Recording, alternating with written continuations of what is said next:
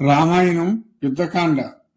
హనుమంతుడు సీతమ్మ జాడ కనిపెట్టి తిరిగి వచ్చిన తరువాత రాముడు వానర సైన్యంతో కలిసి లంకపై జరిపిన దండయాత్రే ఈ యుద్ధకాండ. హనుమంతుడు ఇచ్చిన సమాచారంతో రాముడు వానర సైన్యంతో కలిసి సముద్ర తీరానికి చేరుకుంటాడు.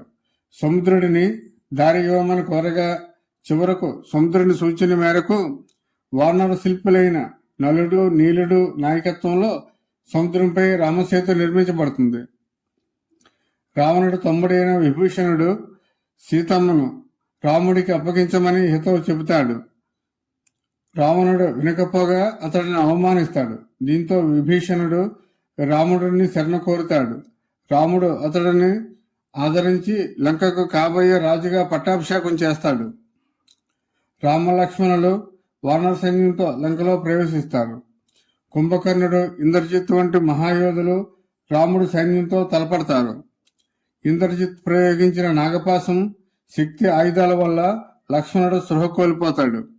హనుమంతుడు హిమాలయాల నుండి సంజీవని పర్వతాన్ని తెచ్చి లక్ష్మణుడిని ప్రాణాపాయం నుండి కాపాడుతాడు. చివరికి రాముడికి రావణుడికి మధ్య భయంకరమైన యుద్ధం జరుగుతుంది. రావణుడి తలలు తెగుతున్నా మళ్ళీ మొలుస్తూనే ఉంటాయి. అప్పుడు విభీషణుడి సూచన మేరకు రాముడు ఆదిత్య హృదయాన్ని పఠించి రావణుడి నాభిలోని అమృత భాండాన్ని లక్ష్యంగా చేసుకుని బ్రహ్మాస్త్రాన్ని ప్రయోగిస్తాడు. దశకంఠుడైన రావణుడు నేల కొల్లుతాడు. రావణ సంహారం తరువాత సీతమ్మను రాముడు కలుసుకుంటాడు.